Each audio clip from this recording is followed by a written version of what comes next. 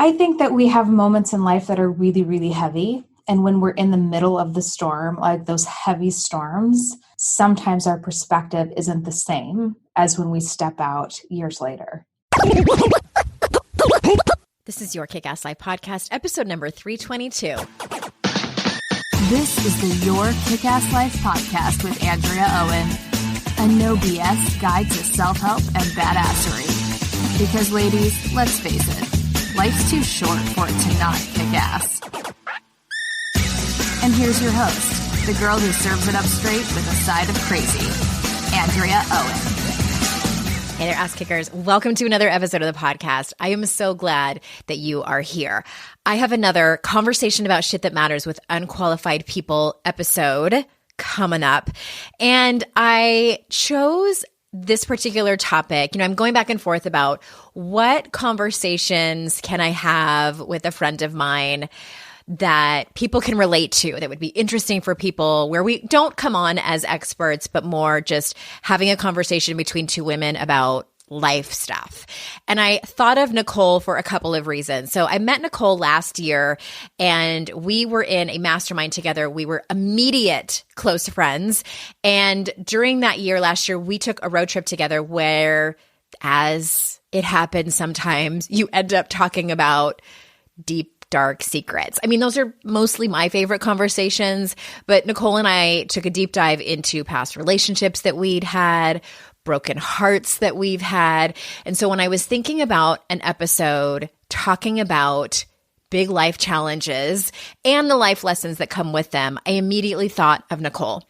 And having that conversation in the car with Nicole just really made me realize, and this is the case with most people, just how much she has been through and what an incredible human being she is on the other side of it. And if you don't know already, I have chosen Nicole to be my lead coach and help me facilitate the Mentorship Masterclass, which is open for applications right now. If you head on over to yourkickasslife.com/mentorship, you can read all about it and see if it is for you. There's the application button right there. The mentorship is my deepest, most transformational work. And I don't say that to scare people.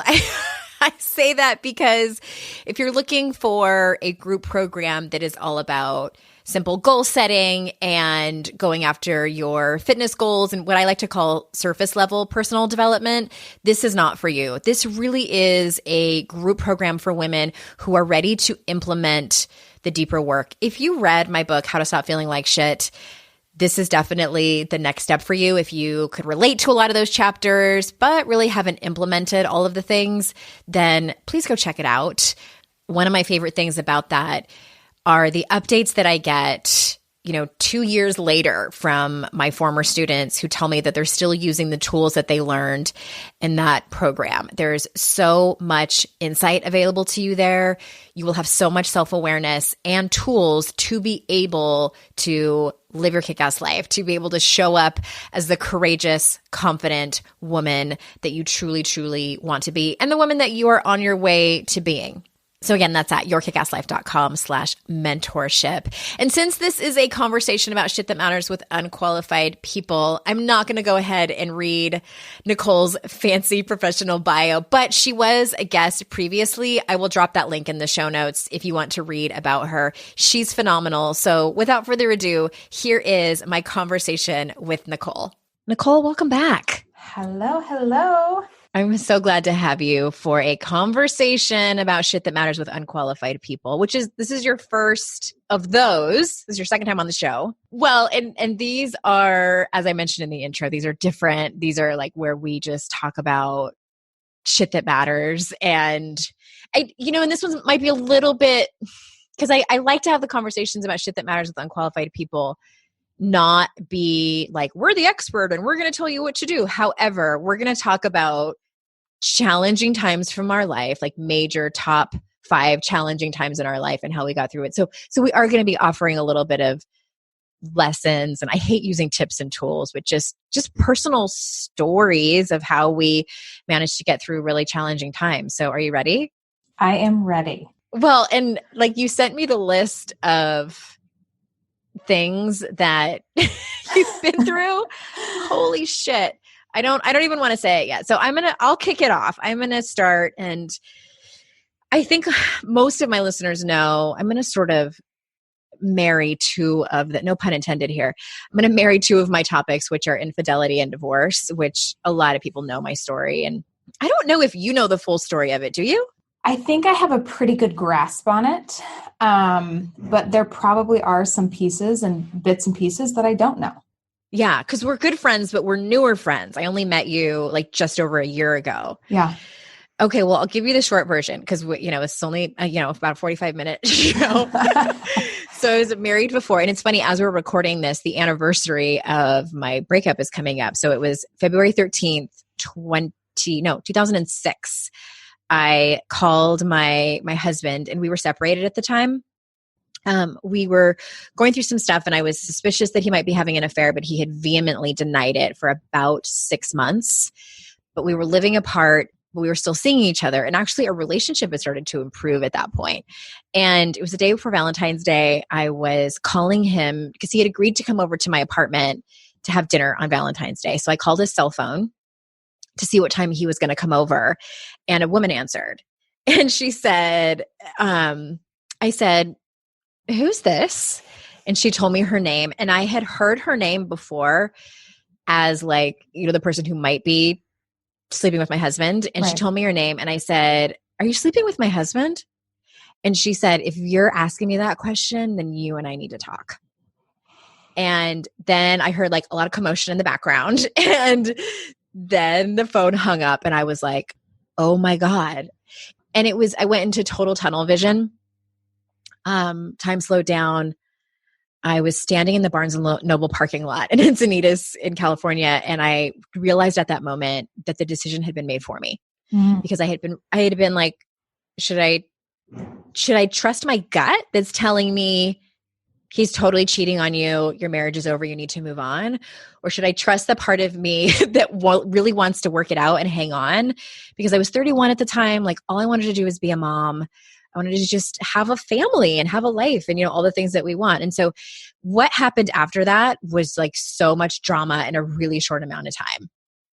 And I think, looking back on it, the most heartbreaking about it wasn't so much losing him. It was losing the life that I had built and his family. Because if anyone's listening, we had been together for 13 years.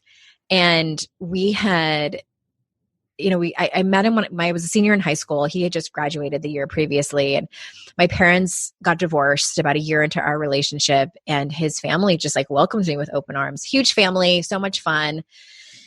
And I was a part of that. I was 100% a part of that family. And it the whole door got slammed in my face. And it was what I tell people is I felt like I was walking around in a coma. I just to get through every day. I had never experienced that level of heartbreak before. I was humiliated too. And people didn't understand that. They were like, why should you be humiliated? He was the one that, had an affair. And I think that the thing, looking back on it, when people say how did you get through that? My favorite thing that people say is, I don't know how you did it. I would never be able to do that. And I'm like, yes, you can. You can. You just don't want to imagine it. Right. Right. I think the thing that got me through it was I had a couple of spiritual experiences. One was just I fell to my knees and looked at the sky and was like, I don't know how I'm going to get through this, but I'm ready to listen to whatever it is that is out there for me, and whatever life is going to happen that's better than this one. Because I know I wasn't destined for this kind of feeling like rock bottom shit show. So that happened. And then also I was out on a run one time in a really beautiful part of Carlsbad, and just looking out over the cliffs into the ocean, and realizing how vast our earth is and how small my problems were. And both in the grand scheme of things, this doesn't matter. And it also matters a lot. Both of those things can happen at the same time, and I'm going to be just fine. So many people have dealt with so much worse, and that doesn't just diminish or dismiss what was happening to me, just that it was just going to be okay. So I don't know. What do you think about all that? I think that we have moments in life that are really, really heavy. And when we're in the middle of the storm, like those heavy storms, sometimes our perspective isn't the same as when we step out years later, right? Like, Yeah. I think it was really powerful, your moment in Carlsbad when you were like, I can simultaneously believe that this is really hard and that I'm going to get through it. Like, what a moment. Like, and how. And it really was just a fleeting moment because then I was right back into my heartbreak. Yeah. But like, those are those moments of like, hope, right? The moments of like, okay, I can do this. That little bit of grit, that little bit of belief in yourself, and belief that we can make it through hard emotions and persevere. Yeah. Yeah. I think also just like one more thing that helped me was really truly working on forgiving him because the more I blamed him and was really angry and bitter, which I think everyone needs to go through that, right? Like I needed to rage and hate him and blame him for all of my problems. And then when I was done, I just was like, this isn't going to get me anywhere. It's really allowing him to take up so much space and energy in my life when he truly does not deserve it. Also, like, and I don't know how helpful this is for people, but I always tell people like, whatever motivates you, whatever works. That was hugely motivating for me to be successful. I was like, oh, you don't want to be with me? Watch this. I'm going to make you regret that choice. So yeah, that was helpful for me too. I love it. Oh my gosh. Well, you have like a list of things, like start wherever. Cause I'm looking at your list and I'm like, all of those things I think would be so interesting for people to hear. Cause I think everyone listening has, been touched by one of the hardships that you've been through. So your turn. Okay. So when you came to me and were like, okay, let's just go over all of these hard things in our life that we've overcame. I was like, oh, let me start making the list. And I really went back to like, I think we all have a moment in our life and that it's like, okay, I was this one moment and this happened. And then I was somehow just a different person. Everything changed. Yeah, everything was different, right? And I think when I looked back, I actually tried to find that moment at the earliest age that I could. And I know that if you did listen to the previous podcast that I was on with Andrea, I did touch on this some in that episode, but this was the thing that really changed the trajectory of my life. And it happened when I was 13 years old. So I was having a normal day in junior high school and it was the end of the day. And, I can still when you have those moments that you still remember, like how you just said, you were in the Barnes and Noble parking lot, right? I still can remember being at my locker.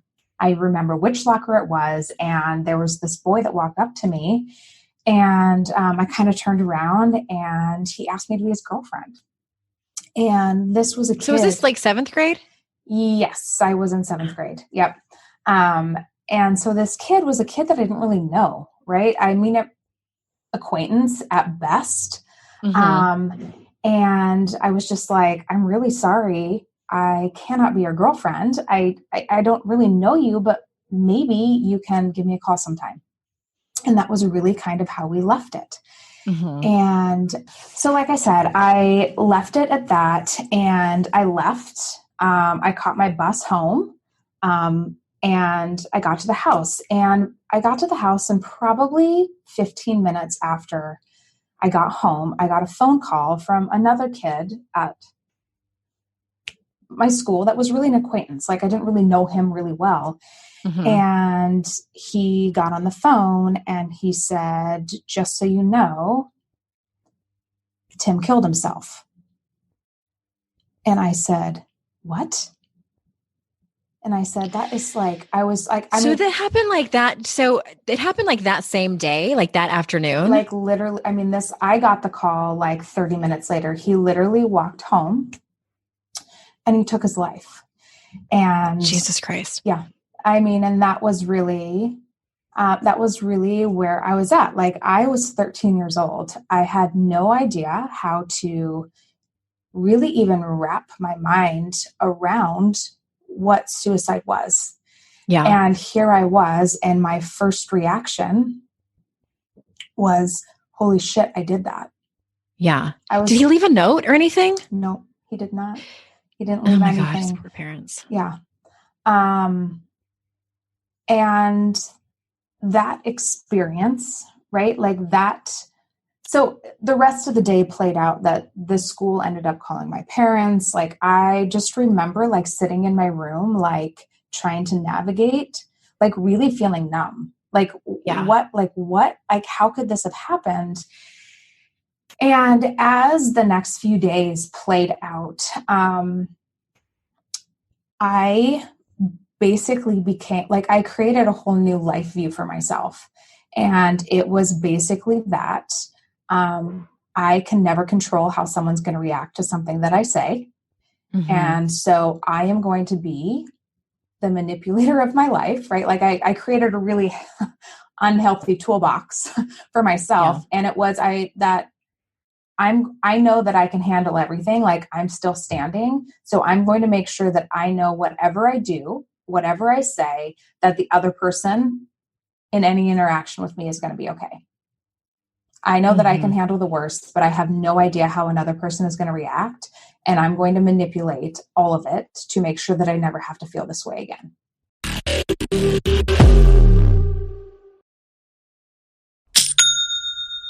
Shopify's already taken the cash register online, helping millions sell billions around the world. But did you know that Shopify can do the same thing at your retail store?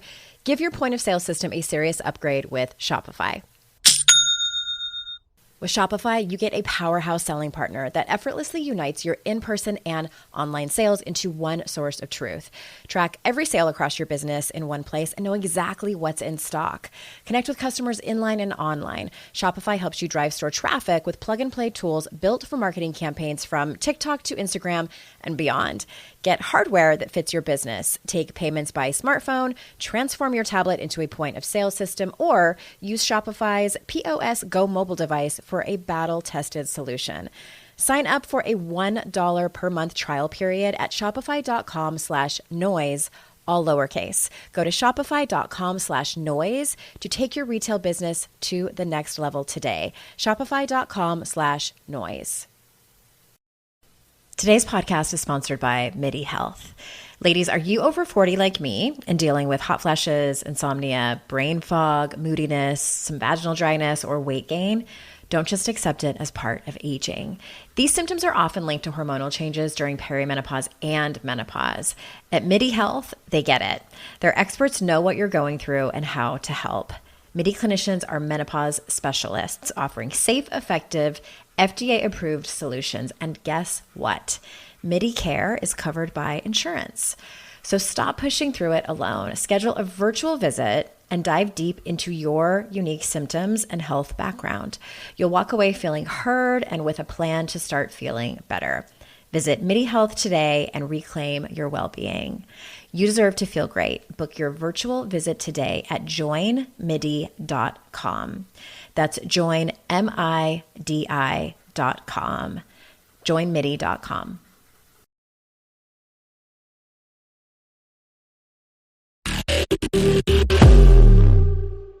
And so enter like massive people-pleasing mode. Really for 20 years of my life. It was as unrational as it sounds. I had a huge fear that I was going to say something and someone was going to take their life. To wrap my mind around probably all of the things that I really did to myself from that point forward, just because of my outlook of thinking that I could handle everything. I got myself in, like, I never put myself first. And like I said, I really did that for 20 years until I got counseling in my 30s. And it wasn't like, I always thought that I was better until I really started digging into the work and realized that it wasn't really I think better. Everyone does. Like, maybe I just shoved that to a place that I didn't access, right? The pain and the hurt. Another really unhealthy tool that I learned to manage those emotions was, I remember so many people coming up to me for like quite some time after it happened. And the first thing that they would say to me was like, it's not your fault, right? And like immediately in my mind, I was like, the reason they're saying this is because they do think it's my fault. And they're trying to make me feel better. Yeah. So I really like learned how to shut off uncomfortable conversations. And so anytime anybody ever said that, I was like, yes, I know. And I'm fine.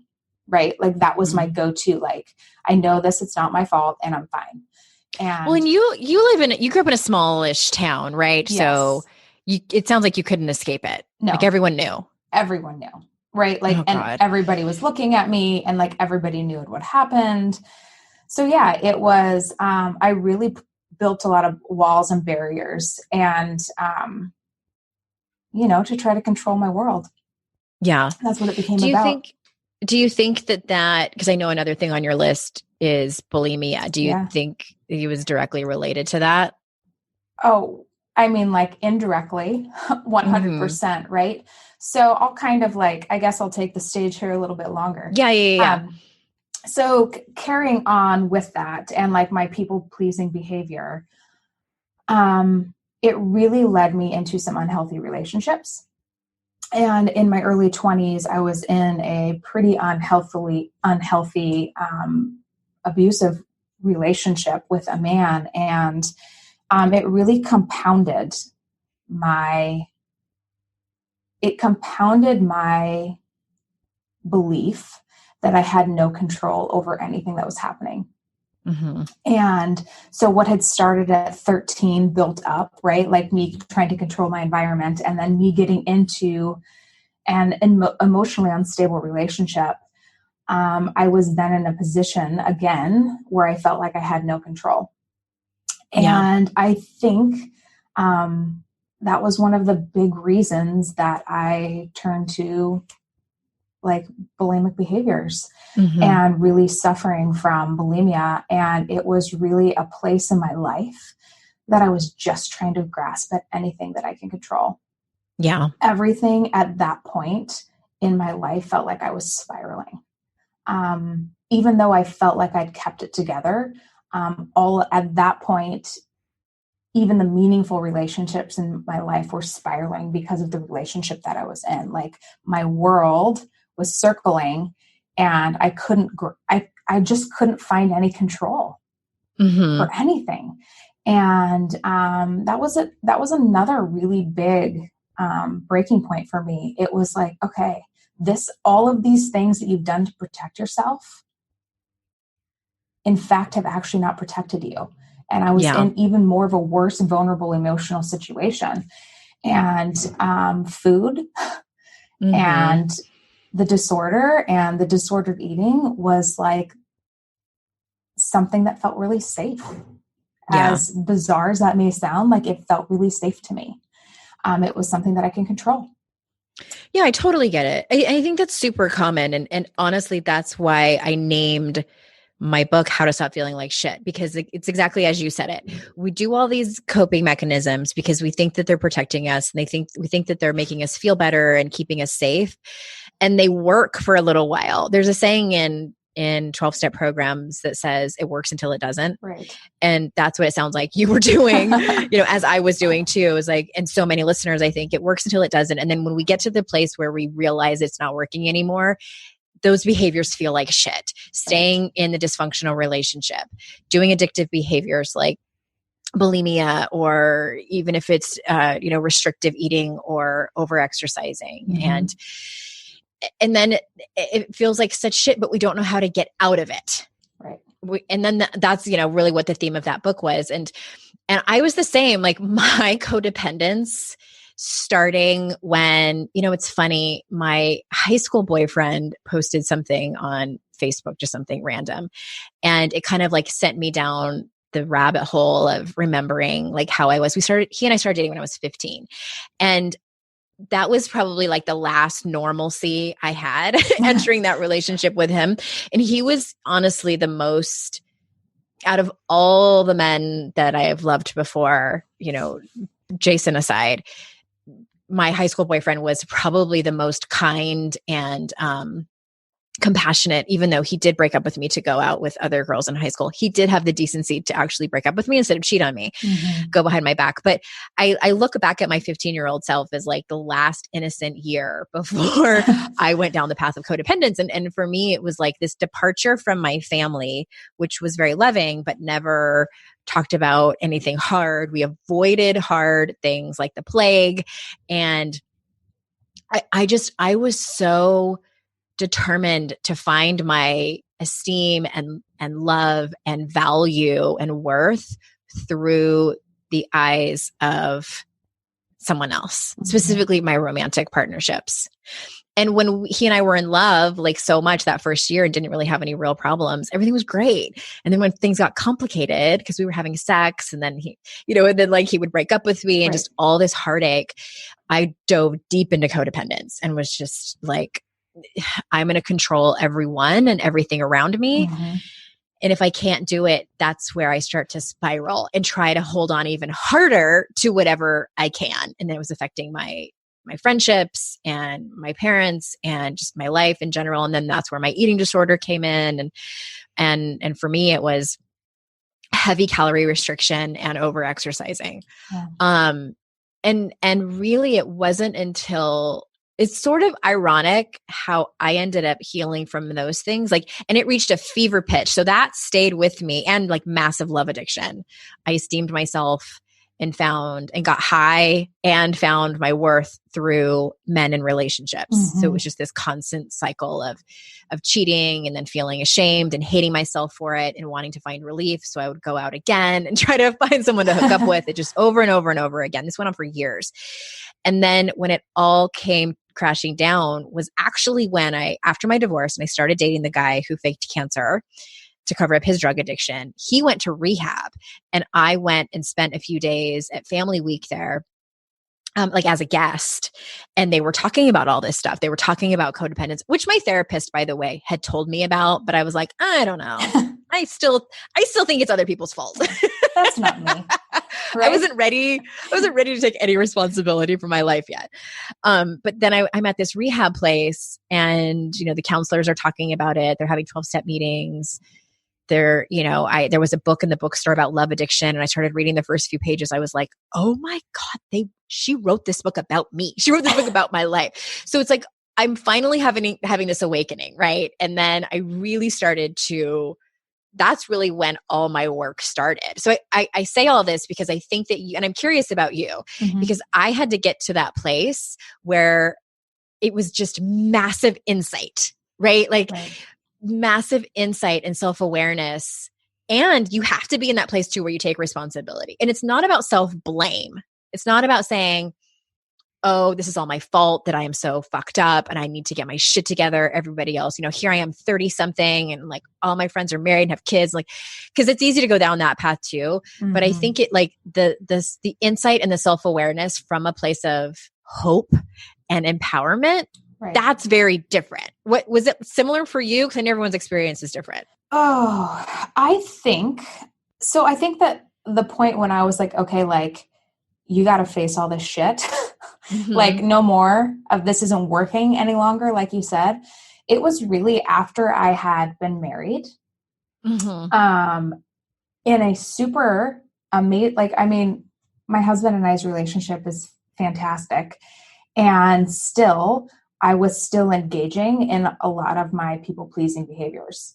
And, for me, it was like one day, a little bit of the backstory. Let me give a little bit of backstory so this makes a little bit more sense.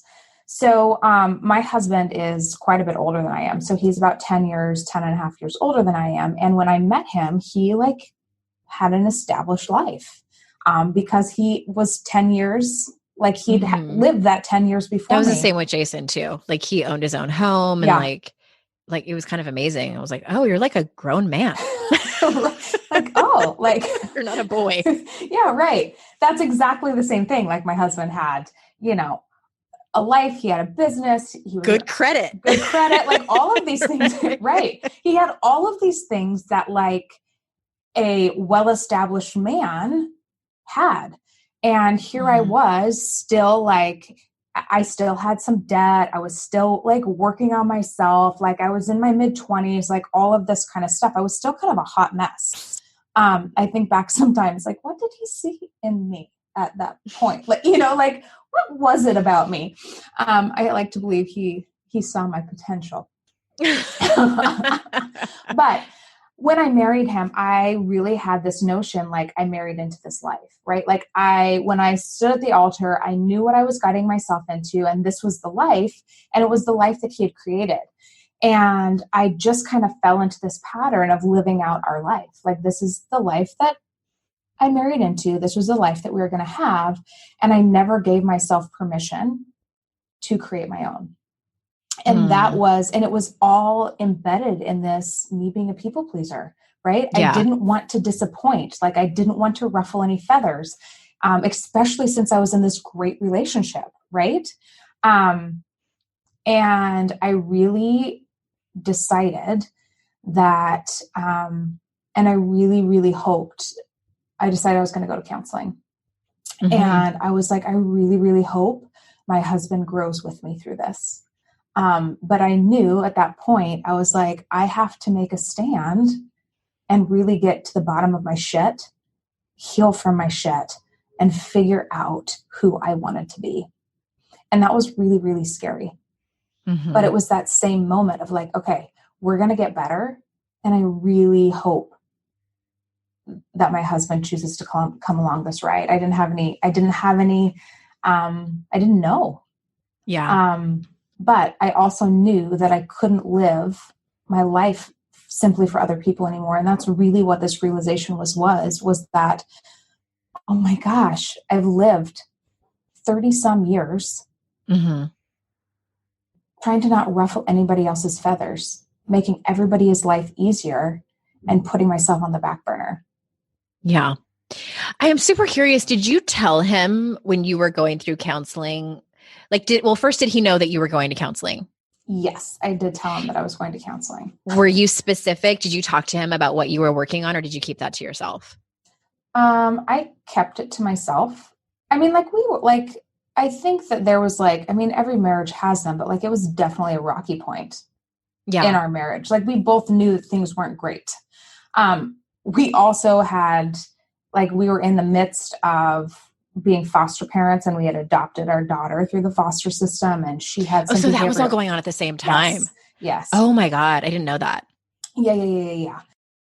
When you told that story, I totally imagined that was before the adoption. No, this was all, and I think that's what pushed me to the edge. I was trying to navigate behaviors and my daughter's situation and everything that comes with being, one, foster parents and bringing in kids from the foster system, and two, navigating special needs that she had and trying to keep our family afloat through some pretty strenuous times. Wow. Yeah. And I don't think that I hope you don't think I had that judgment about that. I don't think there's a right or wrong way to do that in terms of somebody going to counseling or therapy, without their partner.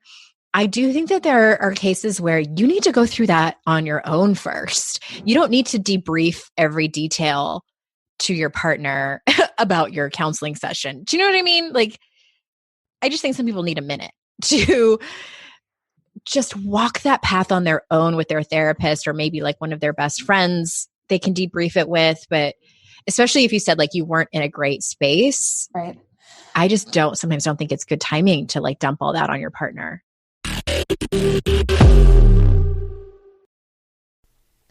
It's hard to find a great mentor who can help me level up. My dream mentor, Shonda Rhimes.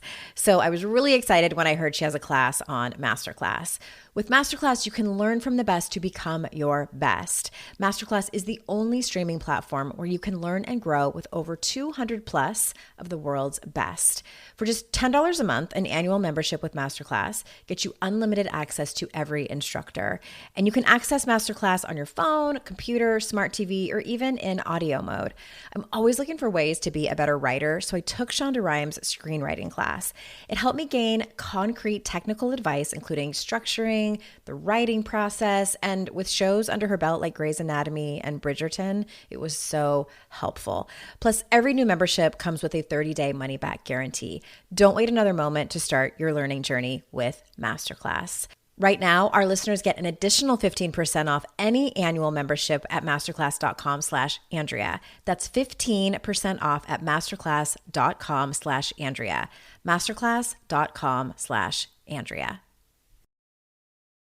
You know when you're listening to a song on the radio and you get the profound feeling that the song playing was written about you? Now imagine having the power to gift that same incredible feeling to someone you love with an original song from Songfinch that actually is written just for them. Songfinch lets you create an original radio quality song inspired by your own life and the people you love. It's completely unique, personal, and lasts forever. Whether your song is for Father's Day, an upcoming graduation, wedding, or anniversary, or even just a gift to show your loved one how much you care, start your song now to lock in one of Songfinch's top artists. I gifted Songfinch to myself, a song about my late father, and I'm so excited to play you a clip. Flipping through the slides of learning how to live and how to love, and coming undone, a father daughters without, so she writes it down. One of my clients heard about Songfinch from this podcast, and so she had a song created for her son who was graduating, and she told me that they both cried when she played it for him and that it exceeded her expectations. For a limited time, Songfinch is letting our listeners upload their song to Spotify for free, so you and the lucky person you gift it to can listen to it anywhere, anytime. Go to songfinch.com/noise and start your song. After you purchase, you'll be prompted to add Spotify streaming for your original song for free, a $50 value. Again, my URL is songfinch.com/noise. Don't forget to share your song with us too. songfinch.com/noise.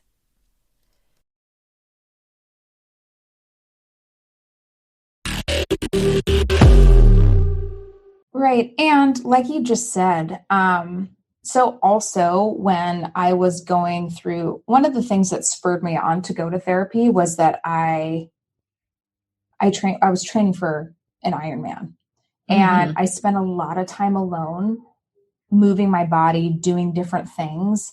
And it was like a lot of the things that I was healing from were like stuff that didn't have to do with my husband. It may be playing out in our marriage. It may be playing out in my life. Yeah. But these were things that I deeply needed to do on my own. And I think that that's okay. Like, I think that we have a right to have our experiences be our own and to navigate them on our own, like, and to honor ourselves. Even if it was 20 years ago, right? To honor ourselves enough to say that may have been 20 years ago, but I'm going to navigate that now. I'm going to heal myself from that now. Yeah. And to do it in your own way. Mm-hmm. I love that. I would say I want to end on that, but I have one more story. I want to hear that story. Helpful. Well, and it's a little bit of a departure from the list that we made. And I can share it because it's super recent, and it's, now, so the big, super heavy stuff that I mentioned, my divorce and what happened with the guy that conned me. And if anybody's ever watched, did you catch either the podcast and or the Netflix series Dirty John? I don't think so. No. Oh my God. So the reason how I got turned onto it is because I was telling my friend Lisa my story of this guy that conned me and lied about having cancer to cover up his drug addiction. And she was like, have you heard the podcast Dirty John? Because the story sounds exactly the same. And I hadn't, but then I listened to it and I was like, oh my God. And then Netflix picked it up. Connie Britton plays the lead. Oh, I love her. Oh my God, Nicole. I know I do too. She is basically, the only difference in the story is that I was not a super wealthy interior designer like she was, and it doesn't end in murder. Sorry, spoiler alert. If you haven't seen the show, I won't tell you who gets murdered. Somebody gets murdered. And watching it on Netflix, I had to stop 2 different times. And I told Jason and I said, I didn't know I was going to be so triggered. I said, imagine having your life, like the hardest parts of your life, played out on a Netflix special. And it's not your life, but the similarities were so incredibly just punched me in the face. And there's a point where he is, oh my God, he has like lied to her over and over again. And he is in the hospital and he's like admitting to everything. And he says, you know, I lied about this, I lied about that. And just like telling her why he did it, and like so vulnerable, and like the look on his face. And he said, but the one thing I didn't lie about. And I said to myself, I said it out loud in my living room. I said, oh my God. So I don't remember this from the podcast, because in the podcast, they don't interview him. It's just her story and like her daughters. But here's this actor, this guy. And he said, the one thing I didn't lie about was my love for you. And that was the exact same line that I was fed in his mom's living room when he was about to go to rehab and I was pregnant. And he's admitting to everything. He admitted to lying about having cancer and like so many lies. And he said, and I will never forget it. He was sitting down and I was standing in front of him and he was looking up at me and he's like, the one thing I never lied about was my love for you. And that also was a lie. And when I'm seeing it like played out on Netflix, and I was like, I had to leave the room because I thought I was going to throw up. And I just was like, okay, this is trauma. Like this is legit trauma that's happening. So anyway, I got off track there. So all that stuff happened in 2006, and the very beginning of 2007 was when it all ended. And I have not spoken to him since then.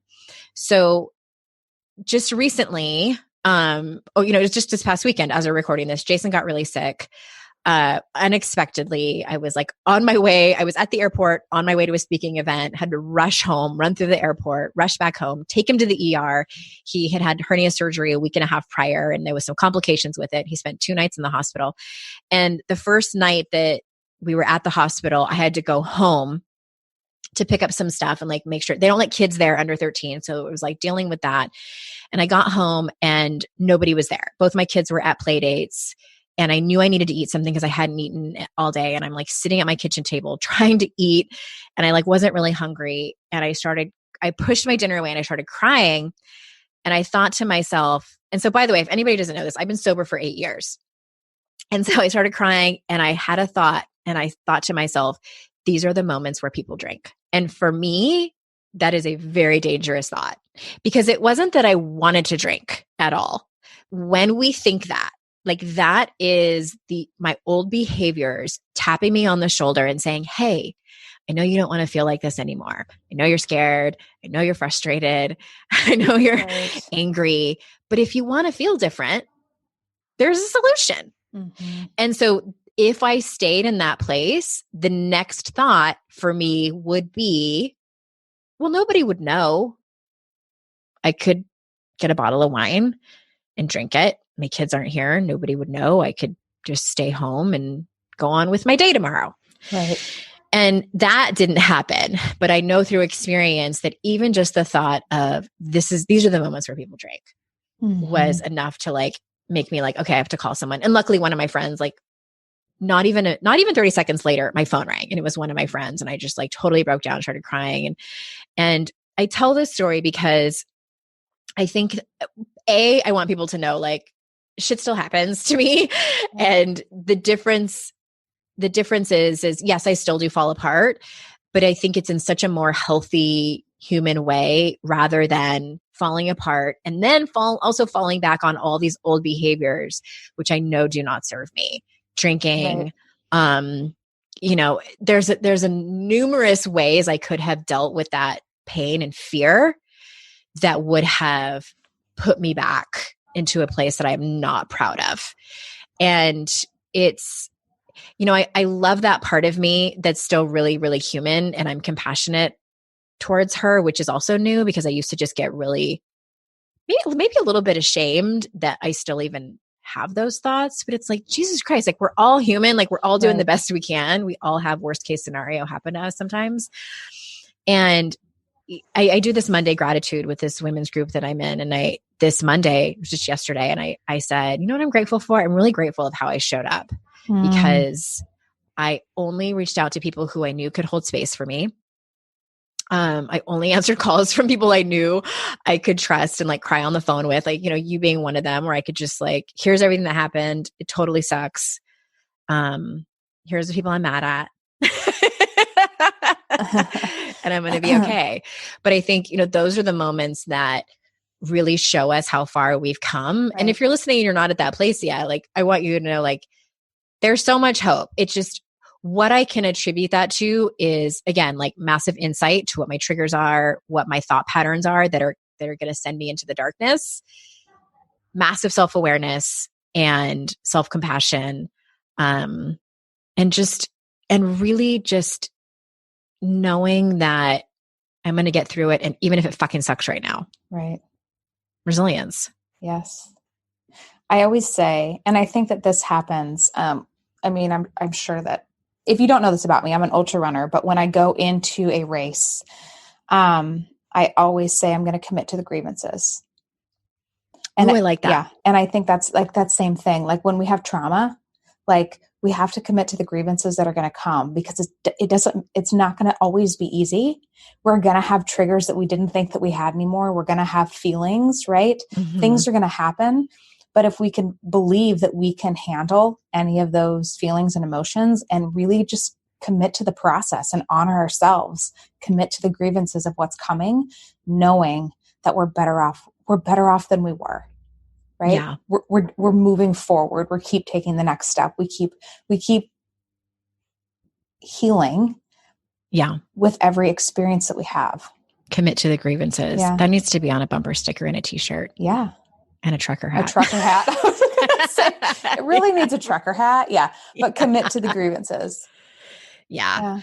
I love that. Oh my gosh. I have so loved this conversation. And I just want to say, that like everything that we were pointing to, talking about resilience and committing to the grievances and having massive insight and self-awareness and knowing your triggers, that is all stuff that people will learn in the mentorship. And you are my trusted facilitator for this round, which I'm so excited for. And I'm so honored. When I was thinking of people of who would I have facilitate, there was a very short list. And, I can't think of someone else I would rather have hold the space for this community. And if anyone is interested, yourkickasslife.com/mentorship, go over and check it out. Read about everything that you'll learn. So it's a combination of curriculum and coaching calls. So the curriculum is all facilitated by yours truly. It is science-based. I've run it 5 times before this. Yeah, this will be the 6th time. It is a combination of my training web, The Daring Way. That's the methodology I learned from Brene Brown and her senior faculty, as well as the Coaches Training Institute, 13 years of coaching. It's my heart and soul, deepest, most transformational work. This is not surface level personal development, which I am a fan of. But if you're ready for actual transformation and integration rather than just collecting more information, then come check us out. It's application only. And I can't wait. It starts end of March. And if you have some questions about it and you aren't sure, Lauren is happy to get on a phone call and answer all of your questions and see if it's right for you, because it's definitely a commitment. It's 12 weeks long and 10 weeks of curriculum. I love this curriculum more than anything. I love it so much I want to marry it. I do. I absolutely love it. So yourkickasslife.com/mentorship. And anything else you want to add, whether it's about the mentorship or anything that you've learned, anything that we talked about that you want to underscore? I just think like group programs are so amazing, because I feel like as women, especially in our lives, like it's very rare that we have community with women that are 100% there to like support you.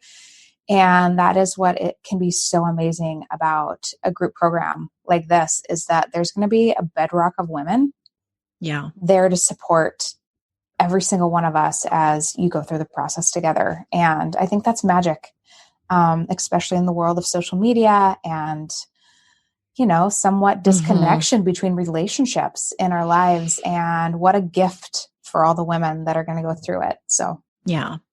Yeah, it is a lot of, it can feel very disconnected. And, I so many times over have seen women from my programs remain friends and then actually meet up in person, and they're in different states or different countries. And we've created the calls so that they're at different time zones so people can get on them, whether they're on the West Coast or whether you're in the UK or Canada or wherever. And so yourkickasslife.com/mentorship. So that link is going to be in the show notes, and let us know if you have any questions about it.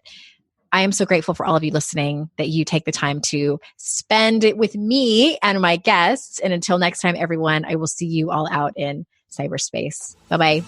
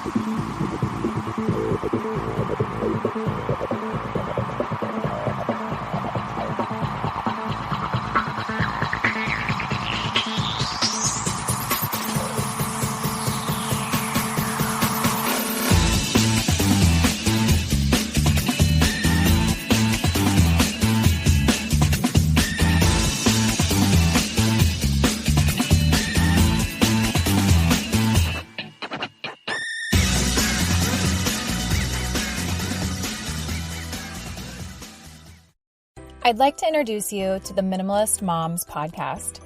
It's hard enough being a mom, and the last thing you need is stress from too much stuff and an overcrowded schedule. For too long, I lived with the mindset that bigger was better, and the more I added to my life, instead of feeling better, I felt overwhelmed. It was time for a radical new mindset. Less is more. I'm not into extremes. I didn't throw everything away. My brand of minimalism is more about adding than subtracting. Get rid of the excess to make room for what you love. In other words, it's about living life with purpose. I hope you'll listen in, and my guest and myself can inspire you to think more and do with less. The Minimalist Moms podcast, available wherever you listen to podcasts.